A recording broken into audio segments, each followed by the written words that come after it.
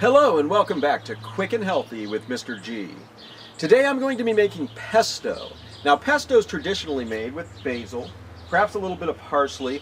A lot of people like to use pine nuts in their pesto as well. I prefer walnuts. You can use almost any kind of nut that might be in your cupboard, and you're going to be amazed to see just how easy it is to make delicious pesto that you can freeze and keep throughout the winter and use over your pasta again and again. Now, we're going to start by taking large plants of basil, and I take about a third of the way down and I want to cut off at the next set of leaves. I don't want to leave a big stem sticking up. So that's what we're looking at here. Now I'm going to do that to each one of these. I'm not going to cut this one down quite as low. There we go. Now I'm harvesting this now because if this blooms, or bolts as it's called, it will turn to flower and then it won't get any larger really. And I want this to continue to grow. We're going to use the stems and all, and don't worry about cutting it back too far. It'll always come back and grow some more. Better to cut it back than to leave it grow and bolt. You don't want it to bolt on you. That's not good.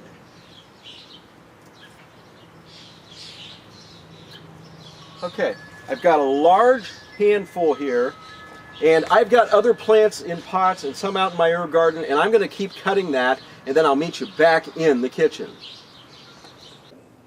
Okay, we're back in the kitchen to finish making our pesto sauce. Now, what we really need next is we need a food processor. Without a food processor, you're not going to get too far. Some nice freezer containers will be good to have on hand too. The smaller ones are better. You don't want a great big large freezer container because you're not going to be eating that much pesto at a time. A little pesto goes a long way. You can even add garlic to your pesto. If I had fresh garlic on hand, it's not ready in the gardens yet. If I had fresh garlic, I would chop that up and use it in the pesto as well. You also need some grated Parmesan or Romano cheese, or a blend of each. This is freshly grated Parmesan. Walnuts. Walnuts are an excellent addition. I did tell you that you could use pine nuts or pretty much any type of nut earlier outside in the pesto. The one nut that I would avoid are peanuts. Probably not the best thing to use. So, another key ingredient, extra virgin olive oil. The lighter the oil, the lightest oil that you can get, the lighter the oil, probably the better your pesto will come out and the more flavorful it will be, and it won't be so heavy. So, let's get started. The first thing we have to do is we've got to wash all of this basil really well. Now I also told you that some of it would go to flower and bolt. It's okay to use the flowers and the little buds at the top. All of the stems are usable as well because they're all going to be processed in a food processor. So pretty much none of this will go to waste. So I'm going to wash this, and then I'll meet you over here at this counter so that I can plug in the food processor and we'll get started making pesto. Okay, here is all of my basil that I've washed. Now this is also some Siam basil that I've got. It has a little bit more of a pungent, a little bit stronger taste. And I also added just a little bit of parsley here. I don't have a whole lot of parsley out there. The only thing that this actually does to your pesto is it tends to keep it a little greener, because pesto, or at least the leaves from basil, those tend to want to brown as the pesto ages or after they're processed. When they get bruised, they brown. And this, the parsley, actually helps to keep the entire pesto green. Now, what we're going to do is, I told you before we were going to use all of the stems. Well, I lied. We're not going to use all of the stems. We're going to use stems. The real thick woody stems, we're going to want to break those off. Now, you don't even need a knife to make pesto. At this point, you take your entire pesto leaves and you put them down into your food processor. This is fine the way it is here. I'm going to break off that real woody stem, put that down in. So the only real waste we're going to have are just our larger, woodier stems like that. The smaller stems are fine. If you've got leaves that are down on a real woody stem, strip the leaves off and break it up a little bit higher. So we're going to shove that down in there. And what we're going to do is we're going to put in, I don't know, probably about a cup and a half to 2 cups of packed basil leaves, and this is going to make several batches in my food processor. I've got quite a bit of basil here, so shove that down in there like that. And we're going to add just a little bit of parsley, just a little bit. And now at this point in time, we've got our nuts, and we're going to add just a few walnuts, just a handful, just like this. That's good. And then we're going to add some olive oil into our food processor. Now, how much olive oil? I like to start off with probably about a 1/4 cup to 2 cups of basil leaves, just to start with. And we'll get a feel for how much we actually need here in a second. Make sure everything is down in your food processor. And then at this time, you want to close up the processor and you want to start chopping.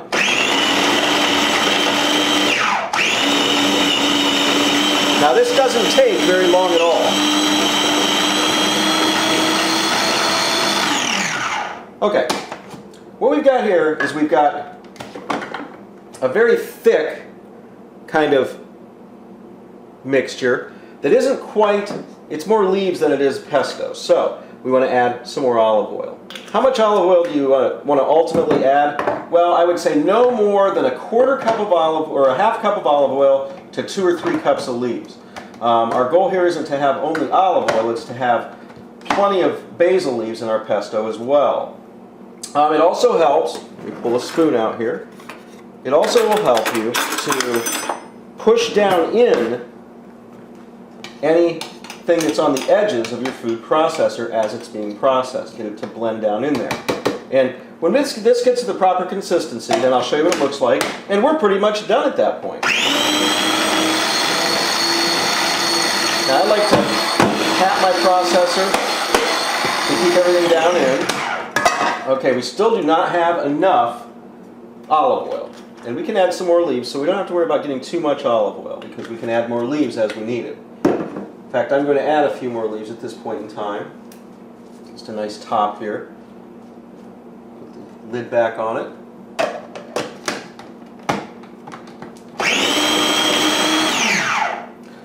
Okay, it's starting to get blended really well here. Did a little creative editing there so that I would be able to blend for quite a while and not annoy you with that. At this point in time, once it's fully blended or close to being fully done, you want to just add a small amount of, there we go, I would say that's probably about a 1/4 cup of freshly grated Parmesan or Romano cheese, or a blend of each. Now, if it's been particularly dry out and your basil's not real moist, you can add maybe a teaspoon to a couple teaspoons of water to this. Okay, that first batch is pretty much done. Hands are a little slick from the oil. Makes it tough to get off the top of the food processor. It's very dense, very heavy, and this is what it looks like. Now, what we do next is we want to take out the pesto and scoop it into freezer containers. Or you can use it immediately over pasta. Now, there's a secret to freezing this and keeping it very fresh. Let me show you what that secret is. Okay, that's a plentiful container of pesto at this point in time. It's delicious. Just gave it a taste. Oh, that's fantastic. Okay, tamp that down, and then on top of it, add just a tiny layer of olive oil, just a little bit.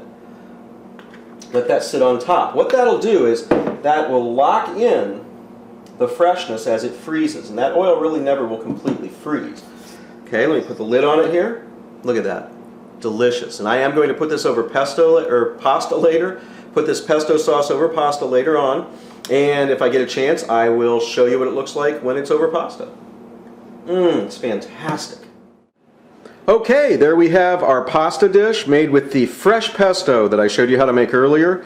I mixed it with a wheat-based Italian fusilli pasta, and I'm going to serve it with some broccoli bites that are baked. Those are a very healthy broccoli bite that I found on the market. They're not fried at all. They're baked in manufacturing, and then you bake them to heat them. And they're actually quite healthy. So it looks great. I can't wait to dig in. Thanks for watching Quick and Healthy with Mr. G.